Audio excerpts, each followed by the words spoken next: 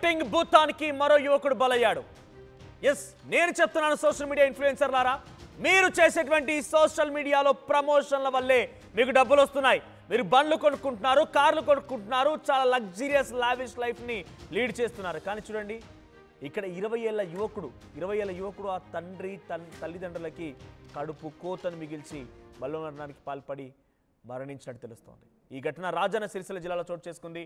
Online గేమ్స్కి 10 లక్షల రూపాయలు కోల్పోవడంతో 20 ఏళ్లకే బలవన్మరణానికి పాల్పడ్డాడు ఆ సదరు యువకుడు.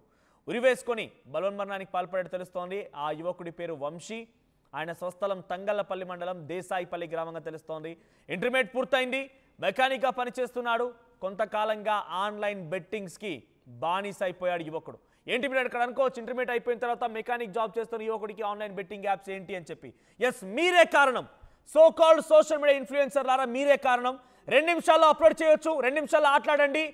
ఒక ఏరోప్లేన్ ఉంటుంది, అలా పైకి వెళ్తూ ఉంటుంది, కిందికి వస్తూ ఉంటుంది. సో ఇటువంటి గేమ్స్ బారిన పడిపోయి పెద్ద ఎత్తున వారంతా మోసపోతూ ఉన్నారు. ఆ మోసానికి కారణమే మీరు. 2 నిమిషాల్లోనే మీరు అప్లోడ్ చేయండి, 2 నిమిషాలు డబ్బులు వస్తాయి.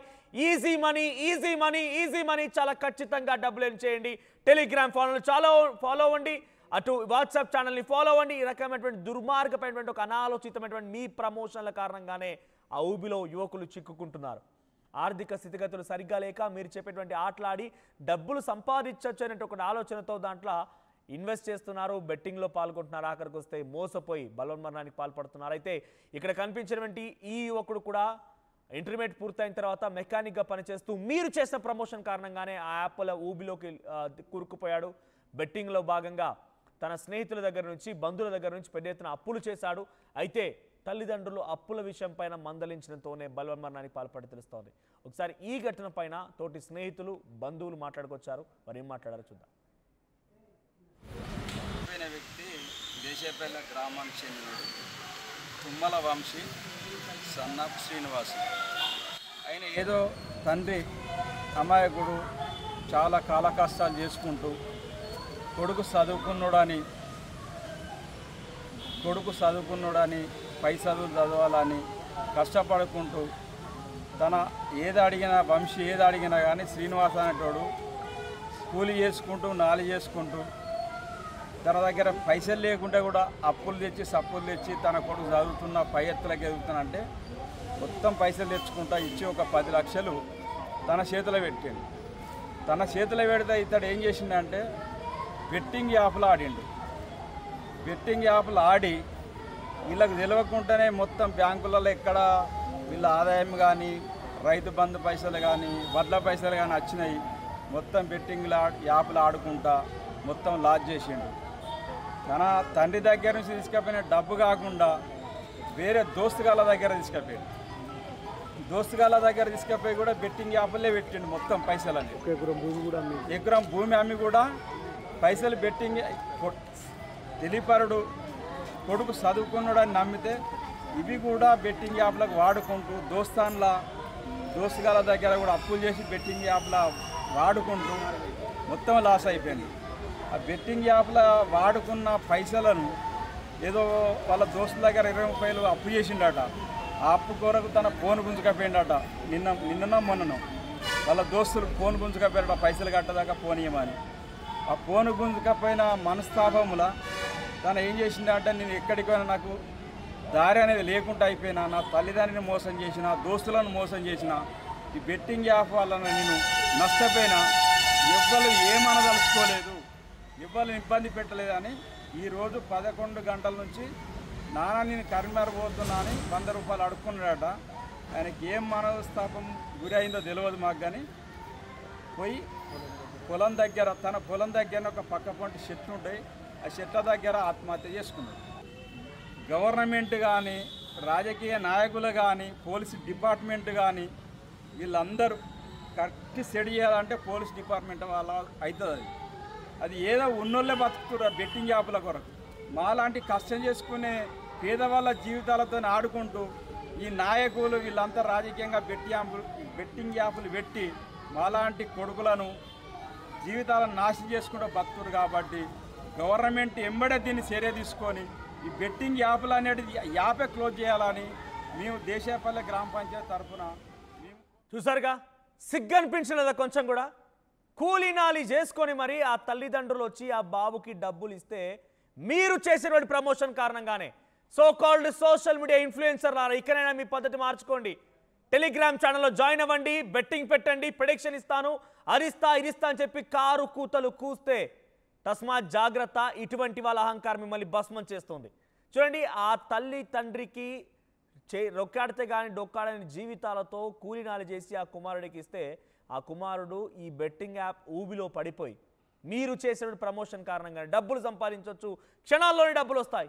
మీ బాబు గారు ఏమైనా తీసుకుపోయి అక్కడ డబ్బులు పెట్టి ఆ డబ్బులు మాకు ఇచ్చినట్టుగా క్షణాల్లో డబ్బులు వచ్చేస్తాయనే రకంగా ప్రమోషన్ చేస్తుంటారు అంతా కూడా.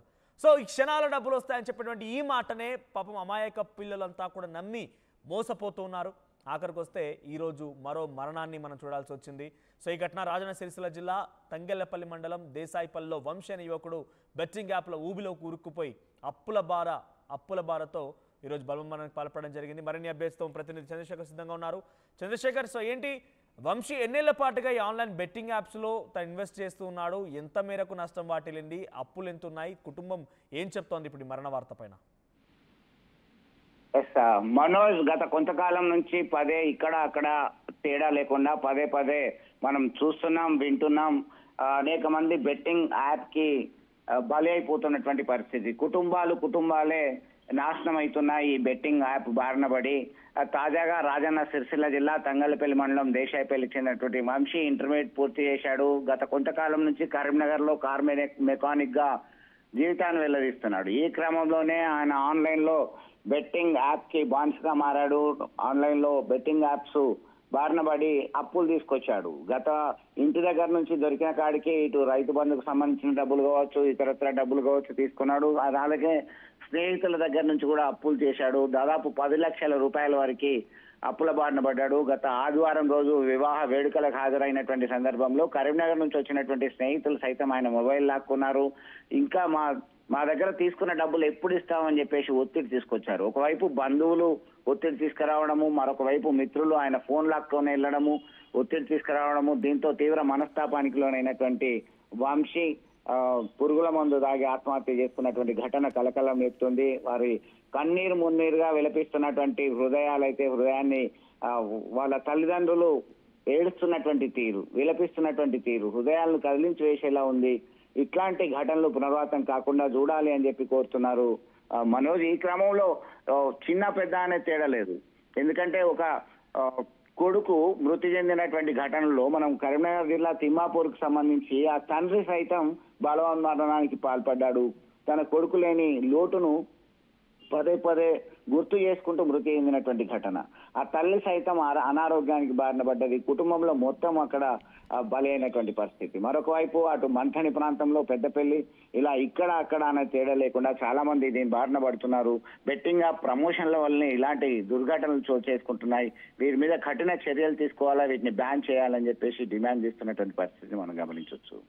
Thank you Chandrashekar. మొత్తం మీద రాజన్న సిరిసిల్ల జిల్లా తంగెళ్లపల్లి మండలం దేశాయిపల్లి గ్రామంలో వంశీ అనే యువకుడు బెట్టింగ్ యాప్ల ఊబిలో కూరుకుపోయి అప్పులు చేసి ఎలా తీర్చాలో తెలియక ఆఖరికొస్తే స్నేహితుల దగ్గర అందరి దగ్గర అప్పులు చేసి దాన్ని తీర్చలేక తల్లిదండ్రులని ఇబ్బంది పెట్టలేక ఆఖరికి వస్తే బలవన్మరణానికి పాల్పడ్డాడు. సో మీరు ఇకనైనా సిగ్గుపడండి. ఎవరైతే సోషల్ మీడియాలో బెట్టింగ్ యాప్ ప్రమోషన్లు చేస్తున్నారో టెలిగ్రామ్ ఛానల్లో జాయిన్ అవ్వండి. దాంట్లో ఎప్పటికీ ప్రెడిక్షన్స్ వస్తాయి. ప్రెడిక్షన్స్ ఫాలో అయితే లక్షలు సంపాదించవచ్చు అని చెప్పేటువంటి ఈ దుర్మార్గుల యొక్క యాప్ ప్రమోషన్ కారణంగానే ఇటువంటి చాలామంది అమాయకులు కూడా బలవన్మరణానికి పాల్పడుతున్నారు. దయచేసి మళ్ళీ రిక్వెస్ట్ చేస్తున్నాను, మీ తల్లిదండ్రులకి కడుపు కోత మిగల్చకండి. బెట్టింగ్ యాప్ ఎవడు కూడా అంత ఈజీగా డబ్బులు ఇవ్వడు, డబ్బులు ఊరికే రావు. సో మీరు అనవసరంగా ఇటువంటి వాటిలో ఇన్వెస్ట్ చేసి ప్రాణాల మీద తెచ్చుకోకండి. మళ్ళీ మీరు విజ్ఞప్తి చేస్తున్నాను, ఇటువంటి దాంట్లో ₹1 కూడా ఇవ్వడం మీకు అదనంగా ఇవ్వడు కూడా దీనిలో ఉపయోగపడిందే లేదు. అంతా కూడా వాళ్ళ ప్రమోషన్ కోసమే వాళ్ళ డబ్బులు దండుకునేటువంటి ఒక నిర్వాహకం మాత్రం అంతకు మించి ఏమీ లేదు. ప్రపంచంలో ఏ మూల ఏ క్షణం ఏం జరుగుతుందో వేగంగా తెలుసుకోవడానికి తొలి వెలుగు వాట్సాప్ ఛానల్ని ఫాలో చేయండి.